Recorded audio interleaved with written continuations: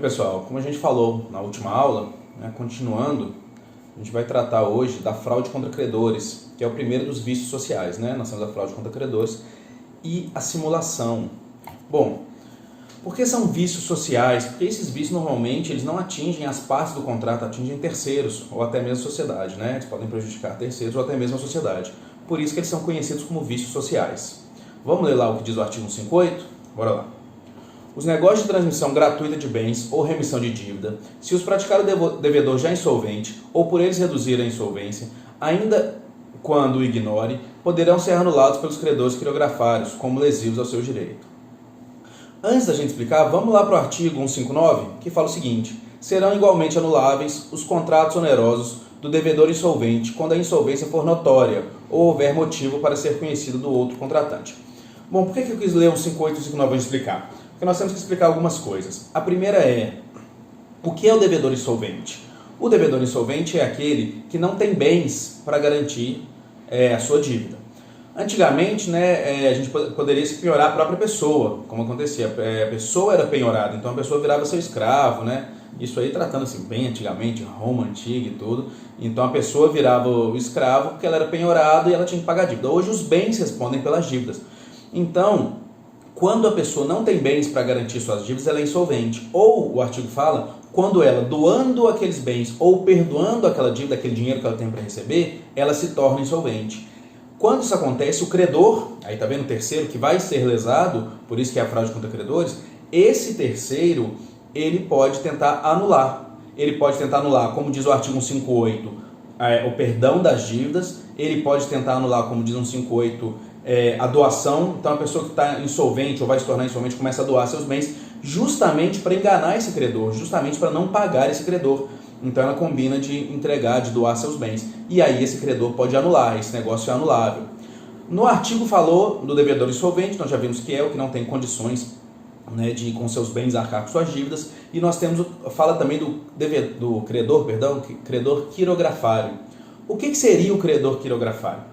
Bom, o credor quirografário é aquele que tem uma dívida a receber, mas não possui título de garantia. É aquele que tem um cheque, uma nota promissória assinada. Ok, ele tem uma dívida, ele tem algo a receber daquela pessoa, mas ele não tem a garantia. Ele não tem nenhum, como o banco faz de alienar um carro, ele não tem nenhum bem nesse sentido. Ele não tem nenhum bem que garanta essa dívida, né? Então ele é um credor quirografário. Porque quem tem esse bem como garantia, ele está tranquilo. A pessoa pode começar a vender os outros bens dele, a doar os outros bens, a perdoar dívidas, tendo bem que garanta a sua dívida, ele não precisa anular esses outros negócios. Agora, o credor quirografário que está vendo que a pessoa que ele deve está perdoando dívida, está doando bens ou vendendo, dependendo dos seus bens, e vai ficar sem ter patrimônio para ele pagar, como o direito civil nesse caso quer defender o direito do credor de receber o que lhe é devido. Então, essas doações, esse perdão de dívida, isso são anuláveis. Até o perdão de dívida, nesse caso, é anulável. Vamos lá, o que diz o parágrafo 1º, do 158, voltando ao 158, diz o seguinte: igual direito assiste ao credor cuja garantia se tornar insuficiente. O que vai acontecer? Eu tenho uma dívida de 50 mil e eu dei meu carro, que vale 55 como garantia. Só que o que acontece? Esse carro, com o passar do tempo, ele vai desvalorizando. E aí, ele de 55 passou a valer 40 mil. Então pensa, essa garantia tornou insuficiente. Essa garantia se tornando insuficiente, aquele credor meu, que não era quirografário, porque ele tinha um bem de garantia, passou a ser, porque essa garantia agora é insuficiente. Então ele precisa, ele pode tentar anular esses negócios jurídicos que eu estou fazendo, de doar meus bens, de perdoar dívidas, porque ele não está mais totalmente garantido. O bem que ele tinha de garantia se tornou insuficiente. Ele se torna, naquela diferença, um credor quirografário. E nós temos ali o parágrafo 2º, que diz o seguinte: só os credores que já o eram a tempo daquele ato podem pleitear a anulação deles. Claro, não adianta, eu dou meus bens para uma outra pessoa agora, eu perdoo dívidas, e aí eu vou contrair uma dívida daqui 3, 4 meses. Aquela pessoa não pode anular aqueles negócios do passado, não. Ela só pode tentar anular os negócios a partir do momento que eu estou devendo para ela e que eu começo a ter essas atitudes, ok? Mas nós estamos falando de fraude, tá, gente? Nós não estamos falando de uma simples doação de bens, nada disso. Nós estamos falando de fraude contra credores. E para acontecer a fraude, nós temos que ter duas coisas. A primeira é um requisito objetivo, que chama de concilium fraudes, que seria o quê? Um conluio fraudulento. E a segunda é o subjetivo, que é o evento damnis, que é o prejuízo ao credor. O que seria um conluio fraudulento? É o famoso laranja, né?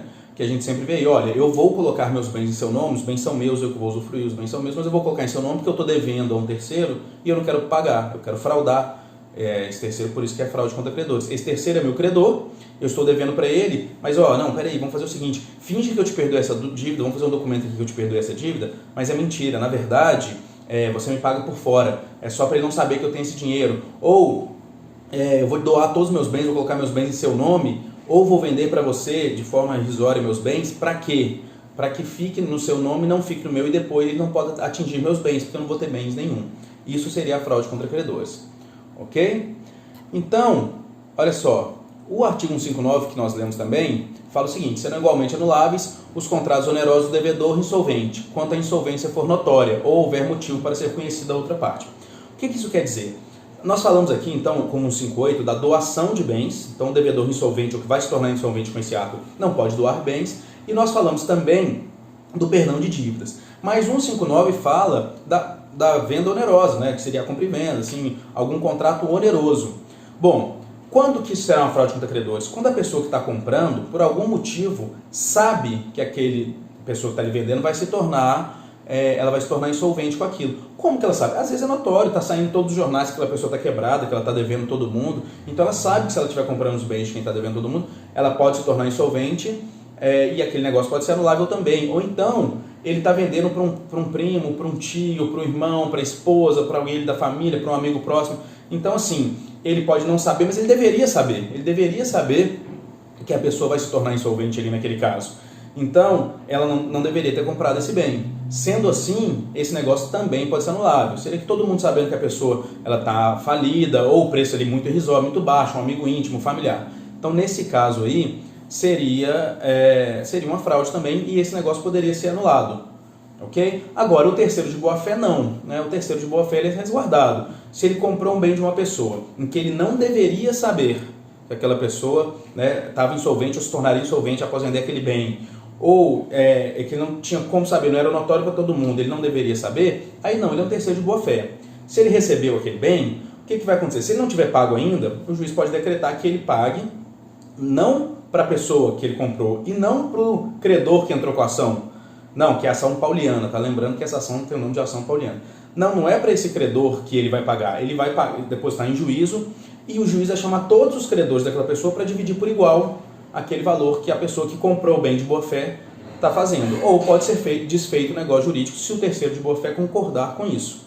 Mas se ele já pagou o bem, a pessoa comprou um bem do insolvente, que ele não deveria saber que aquela pessoa é insolvente, ele pagou por aquilo e o insolvente consumiu com esse dinheiro. Aí, no caso, nós temos que principalmente proteger o terceiro de boa-fé mais do que o credor. Nesse caso, não tem o que fazer. Mas se o terceiro de boa-fé ainda não pagou e quer ficar com o bem, o juiz vai fazer ele depositar em juízo e o juiz vai chamar os credores para dividir igualmente entre eles, daquele devedor insolvente. Ou então, ele vai desfazer o negócio e falar, não, então tudo bem, como eu ainda não paguei nada, continua aqui com sua casa, com seu carro, e eu não pago nada, e está finalizado assim. Gente, lembrando que é diferente da fraude de execução, quando já é um processo em andamento. Olha o que diz lá no artigo 179 do Código Penal, lembrando agora do Código Penal. Fraudar a execução, alienando, desviando, destruindo ou danificando bens ou simulando dívidas. Pena, detenção de 6 meses a 2 anos ou multa. Isso é uma outra coisa, isso é um crime, quando já ali você está fraudando uma execução, mesmo que ainda não esteja no período de execução, mas quando já há uma ação ali de cobrança ou o que foi, a pessoa começa a destruir os bens, alienando, desviando, de alguma forma ela comete um crime. Esse é o crime de fraude de execução. Mas nós estamos falando aqui fraude contra credores, seria no caso outra coisa. Ok? Olha o que diz no artigo 164, vamos lá, artigo 164 do Código Civil, diz o seguinte: presumem-se, porém, de boa-fé e vários negócios ordinários, indispensáveis à manutenção do estabelecimento mercantil, rural ou industrial ou à subsistência do devedor e de sua família. Gente, isso é óbvio, O cara às vezes ele tem um comércio e ele está insolvente, mas se ele parar de vender, se ele parar de negociar, ele vai ficar cada vez mais insolvente, não vai ter como se recuperar. Então os negócios que ele tem, por óbvio, pelo negócio dele, pelo tipo de negócio que ele tem, de comprar, de vender itens, vender bens, ele precisa fazer isso, ou até para manutenção da sua família, ele precisa comprar certas coisas, ele precisa vender certas coisas, Ele não vai continuar, ele não vai vender seus bens, mesmo estando insolvente, ele não pode vender mais bens ali ou doar bens como a gente já estudou, da fraude contra credores. Mas aqui não há fraude. Aqui ele tem um comércio, ele precisa comprar e ele precisa vender para fazer o dinheiro rodar, para novamente ele ter dinheiro, para ele deixar de ser insolvente, né? Pelo contrário. Então, nesse caso, de estar de boa fé, como diz aí o artigo 164, nesse caso não é fraude contra credores. Ele pode sim, o devedor insolvente não está proibido de vender ou comprar. Não, é quando a gente está vendo ali, como no caso de fraude, quando ele está doando os bens, ou quando ele está perdoando dívidas, ou até quando ele está com o que a gente chama de laranja, um conluio com o terceiro para vender o bem para ele, de forma fictícia, alguma coisa assim, ok? Mas quando ele está simplesmente comprando e vendendo bens para sustento do seu negócio, para fazer o dinheiro rodar ali dentro do seu negócio, ou para o sustento da sua família, claro, isso é de boa fé e esse ato não pode ser anulável. Beleza? Estudamos assim a fraude contra credores e vamos lá agora para a simulação. Bora?